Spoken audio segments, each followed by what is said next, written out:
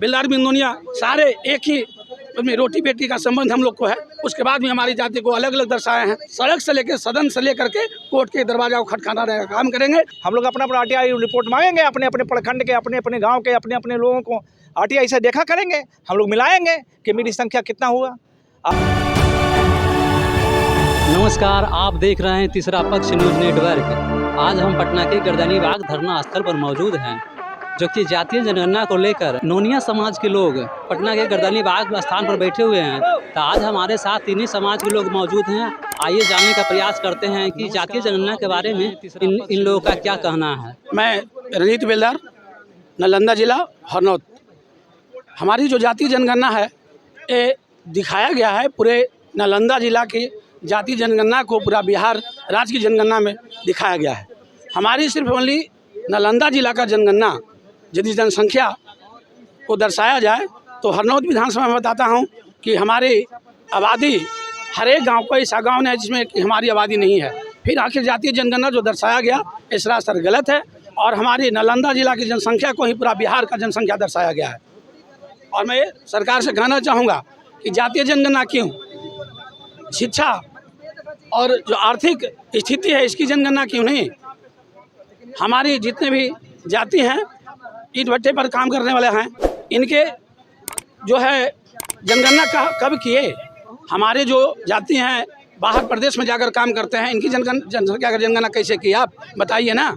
और यदि सही जनगणना है तो पंचायत स्तर से लेकर के प्रखंड स्तर से जिला स्तर पर इसको सम्मिलित करें ना, नेट पर चढ़ाएं ताकि हम लोग जनसंख्या को देख सकें। किस गांव में कितनी आबादी है पंचायत वाई पंचायत बताएं ना, हम लोग फिर सर्वे करके बता देंगे कि वास्तविक सच्चाई जनसंख्या क्या है। यहाँ तो हम लोग की जनसंख्या को खाने का काम किए हैं, छुपाने का काम किए हैं। हमारे गिरिज क्षेत्र के माननीय मुख्यमंत्री जी हैं और इनको ये पता नहीं है कि नोनिया बिन बेलदार जाति जो इनकी समर्थन रहा है, इनको समर्थन किया है, जिससे आज सरकार बनाते हुए आए हैं। आज इनकी आबादी को छुपा कर रखे हैं। ऐसा क्यों? अति पिछड़े वाले बोर्ड से मुख्यमंत्री बन के उभरे और 15 साल से 18 साल मुख्यमंत्री बनकर रहे हैं। उसके बाद भी अति पिछड़ा का जाति को वोट को छुपाने का काम किया, जनसंख्या को छुपाने का काम कर रहे हैं। आखिर क्यों? इनसे क्या मेरी तकलीफ है? हमारी जाति से क्या तकलीफ है जो जनसंख्या छुपाने का काम कर रहे हैं? मैं कहना चाहूँगा कि जाति जनगणना ही करवाना था तो आर्थिक शैक्षणिक सारे सिस्टम पर जनगणना करवाते, हम आपसे संतुष्ट थे। फिर जातीय जनगणना में सिर्फ मेरी जाति की जनगणना को क्यों छुपाए आप? क्या कमी रहा हम लोग में जो छुपाए हैं? अलग अलग भागों में बांटे हैं आप, ऐसा क्या है? बेलदार बिंदुनिया सारे एक ही में रोटी बेटी का संबंध हम लोग को है। उसके बाद भी हमारी जाति को अलग अलग दर्शाए हैं। इसमें क्यों ऐसा किए? हमारे साथ ऐसा क्यों गलत किए हैं? हमारी जनसंख्या जो है पूरे बिहार में 14% से कम नहीं है, इससे ज़्यादा है, फिर भी हमारे जनसंख्या को छुपाए हैं।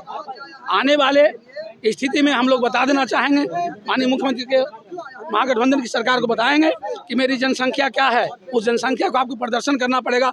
यदि सड़क से लेकर सदन तक जाने का काम करना पड़ेगा, हम लोग जाने के लिए तैयार हैं। हमारी जाति जाने के लिए तैयार है और इससे भी नहीं मानेंगे तो हम लोग हाई कोर्ट से सुप्रीम कोर्ट तक दरवाजा खटखाने का काम करेंगे। हालांकि सर सब तो बोल रहा है कि जातीय जनगणना में सब जात बोल रहा है कि कम दिखाया गया है। इस तरह से सब जो सवाल उठा रहा है, आपको क्या लगता है कि जातीय जनगणना कितना आधार संगत है? क्या न्याय संगत नहीं है? नहीं, न्याय संगत नहीं है इसमें। यदि रहता तो फिर आवाज़ क्यों उठाते?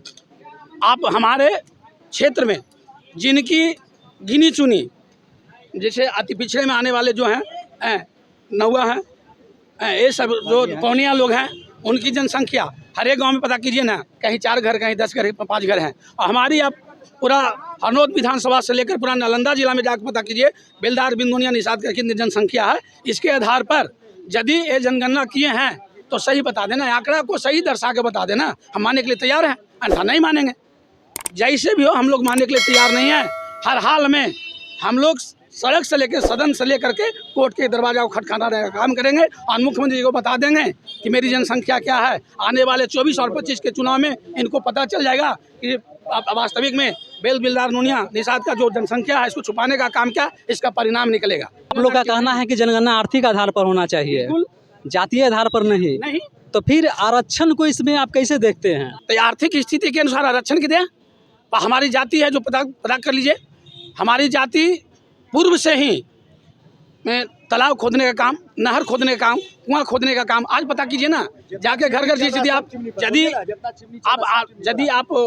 यदि कहें हैं क्या इसकी बात किए आप आरक्षण की, तो मैं कहना चाहूँगा आप यदि जातीय जनगणना करवाए हैं तो कितने परसेंट बेलदार बिंदु नोनिया निषाद का घर को देखें कि पक्का का मकान बना हुआ है, अब बताइए ना। इस आधार पर आप बताइए कि वास्तविक में आरक्षण के टाइप की जाती है या नहीं है। इस आधार पर हम लोग आरक्षण लेंगे, आरक्षण की मांग करेंगे, क्यों नहीं करेंगे। हमारी जाति प्रदेश में ज़्यादा काम करने के लिए जाता है, इससे तो आपको पता चलनी चाहिए। मिट्टी का काम करने वाला ईंटा पाथने का काम कर रहा है, इस पर भी आर्थिक स्थिति पता नहीं चल रहा है क्या, किन की आर्थिक स्थिति क्या है। इस पर हम आरक्षण की मांग करेंगे, आरक्षण के लिए भी हम लोग लड़ेंगे, हर हाल में लड़ेंगे, इसमें कोई समझौता वाली बात नहीं रहेगी। पहले तो सर अपना परिचय दीजिएगा। अरुण बिंद।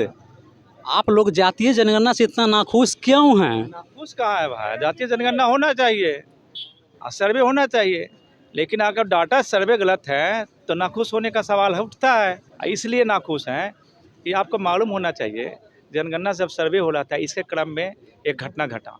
एक घटना माननीय न्यायालय द्वारा इस सर्वे को बंद कर दिया गया। बंद करने का मतलब इसके बाद फिर चालू नहीं हुआ। इसका मतलब है कि आपका जो सर्वे था वो अपूर्ण था, पूर्ण नहीं हुआ, तो आपका डाटा भी अपूर्ण होगा। डाटा अपूर्ण है तो गलत डाटा दिए, और डाटा गलत दिए तो इसमें कमज़ोर जाति के, गरीब जाति के लोग हैं, वो निश्चित तौर पे कहीं ना कहीं हाशिए पर रह गया। और इसके बाद मैं बताना चाहता हूँ कि जब परगना के लोग सर्वे कर रहे थे तो पहले किसी गांव में सबल जातियों के बीच में जाते थे, तो सबल जातियों की जनगणना हो जाती थी और निर्बल जातियों की जनगणना नहीं हो पाती थी। चूँकि न्यायालय द्वारा आदेश बंद हो गया था। दूसरा बात, बहुत सी ऐसी जातियां हैं जो गरीब जातियां हैं जो पलायन किया हुआ है, पलायन करने के चलते इनका जनगणना नहीं हो पाया। जनगणना जब नहीं हो पाया तो इनका भी जनगणना अधूरा है। चाहे किसी जाति के लोग हैं, कुर्मी जाति के भी लोग भी गरीब हैं जो पलायन करके बाहर चले गए हैं, उनकी भी जनगणना नहीं हुई। चौथा बात यह है कि आप ये बताइए यहाँ पे क्या है कि जन्म दर से संख्या बढ़ रहा है, ना कि मरण दर से। जन्म दर जो जाति में है, नीतीश कुमार जी जिस जाति के हैं, पहले कहते थे कि 2% के लोग यहाँ पे काबिज हैं। नीतीश जी की जाति 2% थी, हैं। इनका जन्म दर कितना ऊंचा है आप समझ सकते हैं कि अभी तक नीतीश जी दादा नहीं बने हैं, और मैं परदादा बन चुका हूँ। नीतीश जी दादा नहीं बने हैं और इनकी संख्या 2% 2.6 हो गया है। कोयरी का संख्या 4.9 हो गया, जिसका जन्म दर कम है वो बन गए हैं। और स्थिति क्या है, जैसे मान लीजिए कि यादवों की संख्या 14%। मैं तो यादवों को कहता हूँ कि अगर तेजस्वी जी अगर विपक्ष में होते तो चिल्लाते कि 20% हमको होना चाहिए, क्योंकि लालू यादव के 9 बेटियां हैं, 9 बाल बच्चे हैं, तो यादवों का बाल बच्चा ज़्यादा रहता है। तो तय बात है कि इसमें घोटाला हुआ है। दूसरा बात, अगर घोटाला नहीं किए तो आप RTI की रिपोर्ट मांगने की दीजिए हम लोग को। हम लोग अपना RTI रिपोर्ट मांगेंगे, अपने अपने प्रखंड के, अपने अपने गांव के, अपने अपने लोगों को RTI से देखा करेंगे। हम लोग मिलाएंगे कि मेरी संख्या कितना हुआ,